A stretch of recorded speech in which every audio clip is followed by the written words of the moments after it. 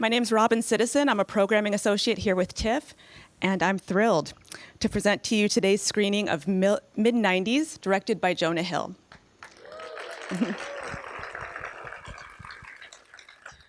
To begin, we'd like to acknowledge that tonight's event is taking place on the treaty territory of the Mississaugas of the New Credit and the traditional territory of the Haudenosaunee, the Anishinaabe, and the Huron-Wendat. We're grateful to have the opportunity to work in this community today and every day. As part of TIFF's commitment to engaging youth in the festival's programming, our TIFF Next Wave Committee selected this film for the next generation of movie lovers. The TIFF Next Wave Committee is supported by the Slate Family Foundation. This film is eligible for the Grosh People's Choice Award. Vote for your favorite films at tiff.net/vote. We would like to thank A24 for providing us with this film. So tonight's film will prove without a doubt that Jonah Hill is as skilled behind the camera as he is in front of it. MID90S centers on the story of a 13-year-old looking for a place to belong. And when he finds it, it proves to be much more than he ever expected. There will be a Q&A after this event, but here to say a few words beforehand, please help me welcome to the stage director Jonah Hill.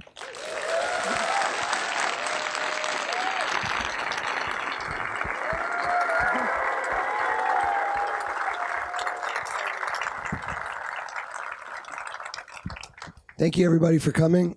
Excuse me, I lost my voice a little bit. I'm really grateful everybody came. I'm very thankful to the programmers at TIFF and all the amazing cast and crew, some of which are here.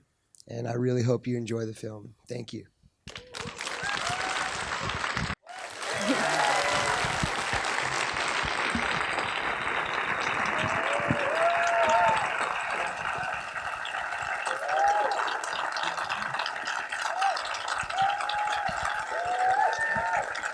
Thank you. Thank you. Thank you for sticking around. Hello, can you hear me? Okay, great. Thank you very much. I'd like to introduce the cast, the amazing cast to you guys. Sonny Solchik.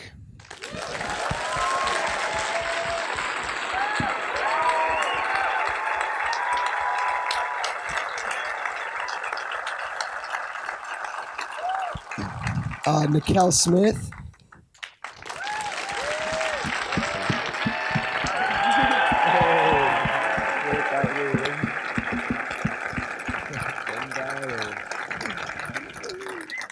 Olin Prenet.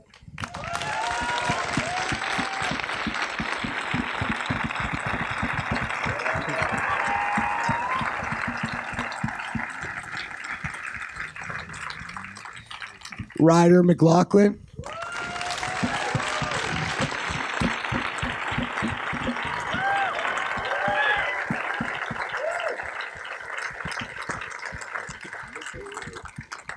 Gio Galicia.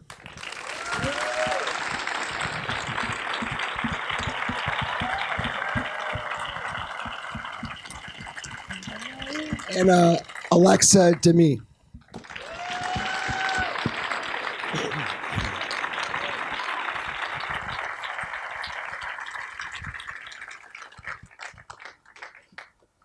Okay, let's open it up for questions. Yes, right there.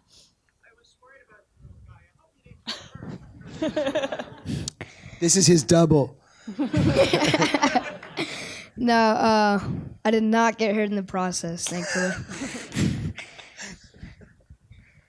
Yes, right there. Was that the question?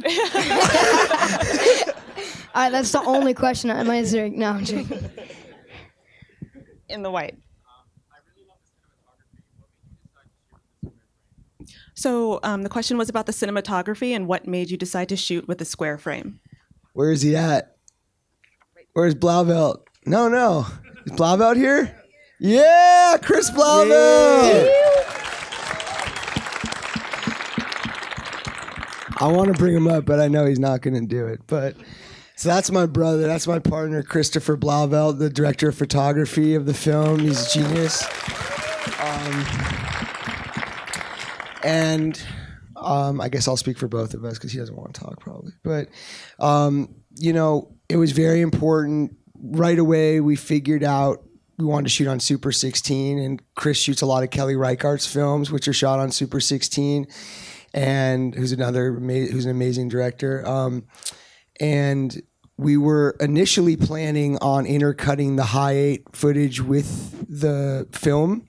So we wanted something that would intercut elegantly between the two formats. And then we ended up only using it in the video at the end.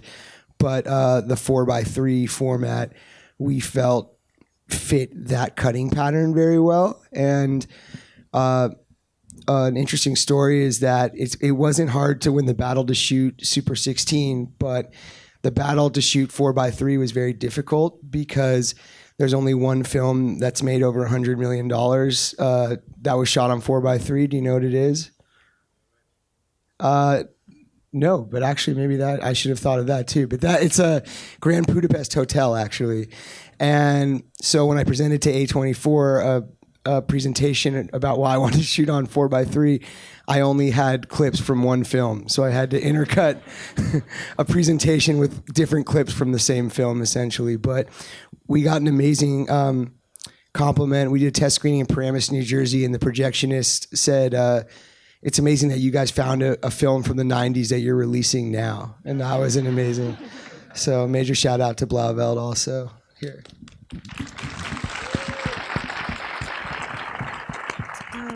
Yes, right there.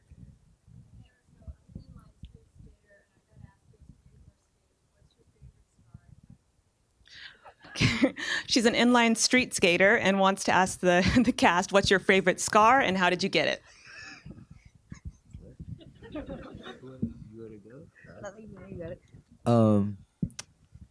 I love every scar equally.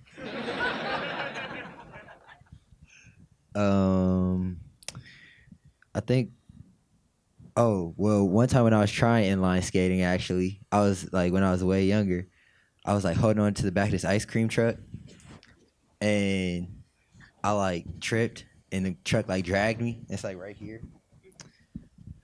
But that was a funny one. Somehow I ended up under a parked car. I remember when I was like 7 trying to go backwards and I just like hit somebody and fell. That's like the best memory I have, but yeah. Do you guys have any injuries that you'd like to share? All right. All right. Okay. I have a big gash on my thigh just from playing tag in a parking lot, and then I ran across like right next to a palm tree, and it just dug into my skin. I don't know. I don't really have any scars to share a story on. I'm sorry. He's so good he's never felt. No, I fall all the time. It's a great question, but I think we've had enough, and we could just go to the next. Moving next on. question. Yes, in the blue and the glasses.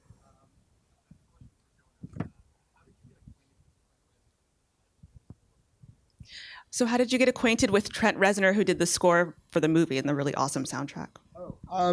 Well, we had used temp music throughout the editing process, and then Scott Rudin and Eli Bush, or our producers, had produced Social Network, and we just like, it was a dream. I never thought they would actually score the film, and we didn't have any money, so we just sent them the film, and they loved it, so they decided to score the film, Trent and Atticus, and it was a dream come true, obviously. And then the interesting part is we talk every day because of the work process, but we've never met.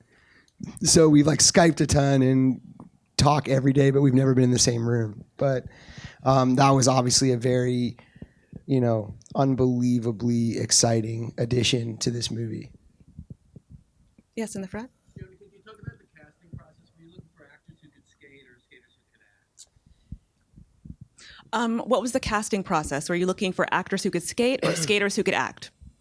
Well, basically, skateboarding is very often butchered in film. It's almost pretty much never been done right. I'd say Kids is the best because it's just textural. It's not about skateboarding. And there was no part of me that ever wanted to cast actors and teach them how to skate. It was more about finding skateboarders who are inherently, such interesting people, and such interesting people gravitate towards skateboarding. And that's what I was obsessed with growing up. And I was more interested in teaching skateboarders how to act. And when I found these guys and girls, I was just blown away by how unbelievably non-corny they were and non-false they were, and the types of movies that I'm influenced by, you know, has young people acting where it never feels like they're acting. It just feels like you're capturing this pure part of them, whether it's beautiful, funny, sad, ugly, and these kids couldn't help but tell the truth, essentially. And then it was just about us working all together, and I cannot say how the most moving part of my entire life has been watching this group of people, you know, go from being nervous to being unbelievable actors, and they worked for every ounce of what you see on the screen.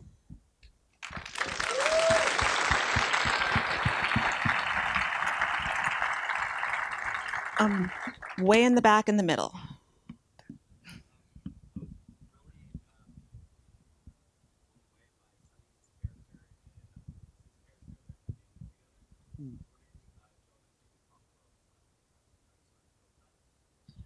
How did you build the relationship between Sonny and Lucas's character? So Stevie and his brother Ian. Well, you know, I'm a storyteller, and I'm trying to, you know, I hope to always create complex characters and things that aren't typically what's going on. And a lot of times in movies, you see almost the stereotypical, you know, mean older brother or something like that, and the younger brother getting, you know, beat up, and it's just kind of a trope. And a lot of this movie is, you know, there are things you have to do that are tropes, but you hope, you know, the ethic is to kind of do anything that never feels like a movie. And so instead of casting someone who would be obvious to play like an asshole older brother, I thought, what if I cast a really sensitive person to play someone who is an asshole because they're troubled and not because they're just like a movie asshole, essentially, you know? And Lucas Hedges is about as warm and sensitive and delicate as they come as a person and an actor. And so I was like, wow, he's such a good actor. What if he was so brooding and angry, but you can tell there's this incredibly deep, sensitive person underneath that veneer? And with Stevie, I was looking for someone who's incredibly small, who is 10 feet tall inside. And that's, you know, very much who Sonny is as a person. And I don't know, they spent a lot of time together. You know, there's that scene on the couch where we ended up chopping it up a little bit, but it was one shot. The whole scene, we got it all in one shot. And I would say to these guys by midway through shooting, you know, I'm shooting this in one shot. You guys better bring it tomorrow. And they would go and they would work really hard on their own to, you know, beyond our rehearsals. We rehearsed a lot, but they would go beyond to really just make sure that they came and brought it. And they always did. Everybody here did, you know, and I wanted to find a dynamic that you understood that this character needed to find brothers outside of his home. And how does that not feel just like corny and weak, essentially? How does it feel earned? I want to elaborate on that question and maybe ask about the relationship between Ray and Stevie and how that developed, if you guys could speak about that. Well, Jonah really made me feel comfortable with like every cast member. We would all just like go out and eat. So, I mean, like we would all like watch like movies together, just like get really comfortable, be open with each other, and then we just really built a connection. So, I felt pretty comfortable, and I honestly could just go all out with it.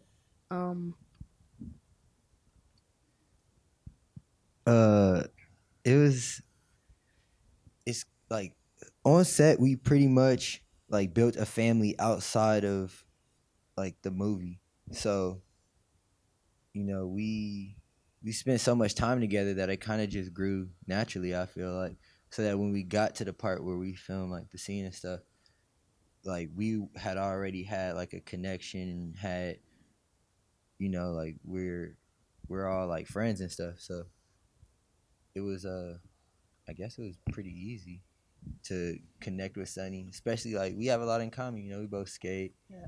We listen to a lot of same music. Like, and a big part, like one of the best parts to me about being on set is that we were actually all together. Like we were never like, oh yeah, everybody's just in their trailer. Like we were all sitting at a table talking. If people were filming scenes, even if we weren't in them, we were watching. We were just all like there and very present. So it made it very easy to kind of connect with everybody, really.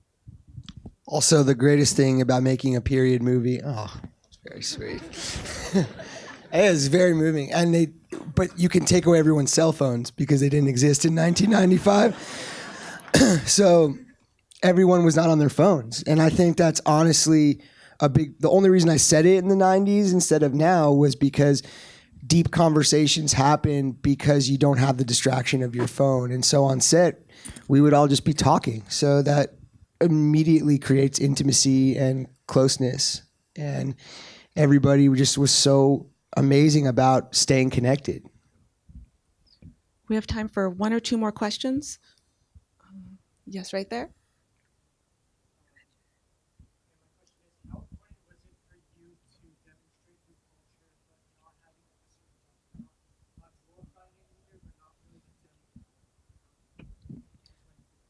Great question. So how was it for you to show youth culture but not kind of impose judgment on it? That's a great question. I think judgment is absurd. I don't think anybody's in a position to judge anything. And so I hope to make films where the people make their own judgments after they see them.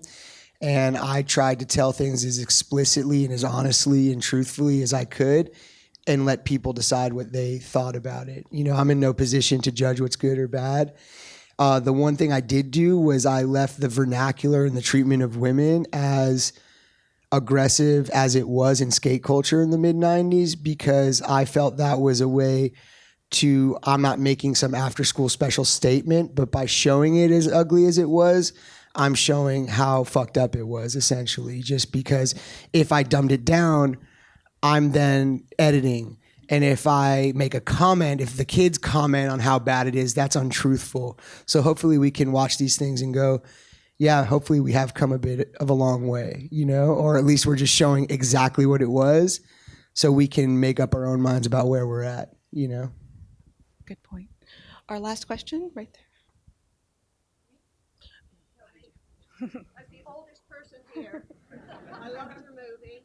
I have two questions. Neither of them is mine. Yes, you can go on a date with Sunny. This young man would like to know, Jonah, if you skate, and the young man outside wants to know what you asked Martin Scorsese. Okay. Jonah, do you skate? And what did you ask Martin Scorsese? Yeah. I grew up skateboarding. I always say the same thing. I was 100% effort and 14% skill. And I did skate a bit the summer we were shooting, and these guys did watch me land a kickflip on set, Yeah. just so Jonah definitely everybody has a kickflip. Jonah definitely has the has it. It's not wet. It it's is wet. there. It is wet. It's very wet. Wet kickflip. So that was one of the best days of my life, obviously. But no, skateboarding gave me, you know, it draws a certain type of person. I'm here with a bunch of professional skateboarders telling you what draws people to skateboarding. But, you know, look, I was obsessed with it because it was like an outsider anti-ethic. It gave me an aesthetic, a point of view of family outside of my house, and sort of an ethic to look, you know, a lens to look through the world through. And, you know, these are some of the best young skateboarders that are around right now, which is also just incredibly thrilling, even as a 12-year-old thinking back to me being around the pros that are great now. It's like, it's amazing, you know? And as far as what I asked Martin Scorsese was, I was fortunate enough, you know, the joy of a long career as an actor is that I've gotten to, you know, I've been in film school the past 16 years. What's that? Oh, it was like a walkie-talkie or something. Okay. I've been in film school the past 16 years, and whether it's Seth and Evan or Judd or Bennett Miller or Martin Scorsese or the Coen brothers or Quentin Tarantino, all these amazing people I've worked with, Gus Van Sant, I've had all these different professors of film, and I asked all of them, what their advice was. And I went over to Martin Scorsese's house. I was expecting like 15 minutes, and he loves film so much, and we ended up talking for like 4 hours about this film and what the themes of it were and what references it were, it was inspired by and what I should look at. And he's like, he's a cinephile of the highest order, and could just name off 10 films you should watch that inspire you. And, the best advice I think I got, I saw Ethan Coen the night before I started shooting at a restaurant, and I asked him what his advice was, and he said, let me think about it. And then he came back to the table and he said, okay, I was so stressed out in my first movie, I didn't enjoy a second of it because I was just so stressed. And you're going to be so stressed, but just promise me you're going to enjoy it, because even enjoy the stress, because that's new. Enjoy the newness of all these feelings. And I tried, and I asked everybody to remind me of that, and I kind of didn't. And I said last night, and it's how I feel now finally being up here with everybody and showing the film to all of you, I actually am finally like enjoying myself. So thank you for being a part of that. And thank all of these people right here.